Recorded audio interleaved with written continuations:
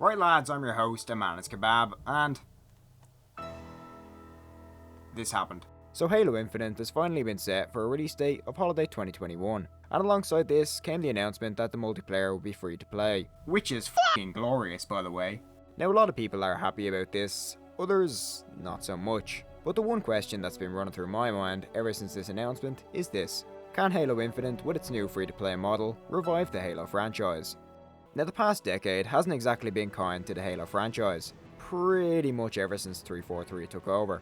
It's been 6 years since the release of the last Halo game, Halo 5, a game I personally enjoyed. Just a little bit.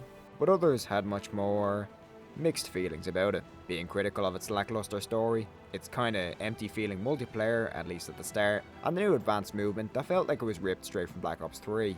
Halo 4 was much better, but still split a lot of fans of the franchise with the approach it took. 343's approach to the franchise has been a controversial one to say the least. Where Bungie released 5 games in a space of 9 years, 343 are only releasing their third now, in the same time frame. Is this a huge deal? Not really. Most of ODST was recycled from Halo 3, and the first 3 Halo games are pretty similar anyway, but anybody who grew up in the golden era of Halo will definitely be disappointed with what 343 have done with the franchise.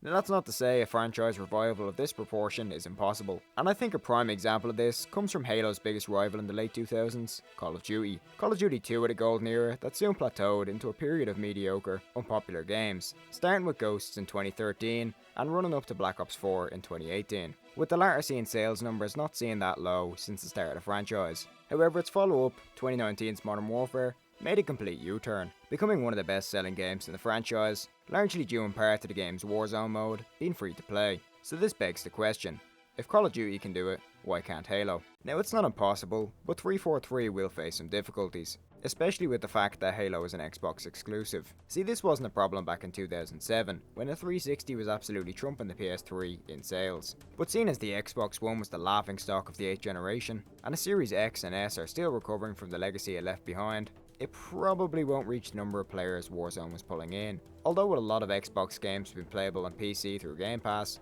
this does add a slight advantage. An over-reliance on microtransactions could also serve to kill this game before it gets started. Halo 5 is one of the games that implemented the dreaded loot boxes in 2015, and although they have died off in favour of a battle pass system, it's vital that any of these buyable items should remain cosmetic only. The gameplay itself looks pretty good.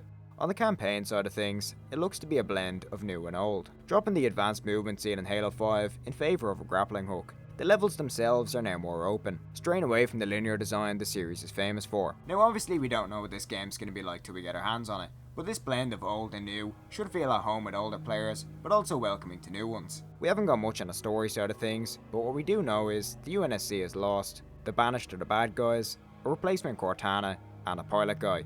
Multiplayer, multiplayer, multiplayer. This is obviously the key point of focus for most, especially those who aren't going to fork over the money for the campaign. It seems to take a leaf out of Halo 3's book with the pickup abilities, and overall seems to be taking a more traditional approach. Customization is here, which is probably a given due to the game's free-to-play nature, but I'm going to mention it anyway. New weapons, vehicles, maps, and seasonal updates, it's all here. But the question is, will this be enough?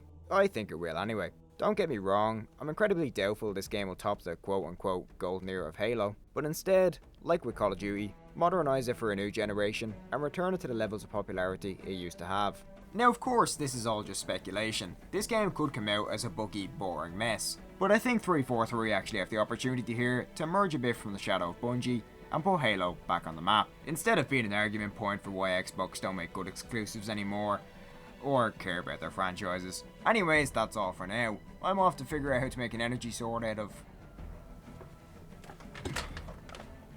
2 panes of glass and uranium rod.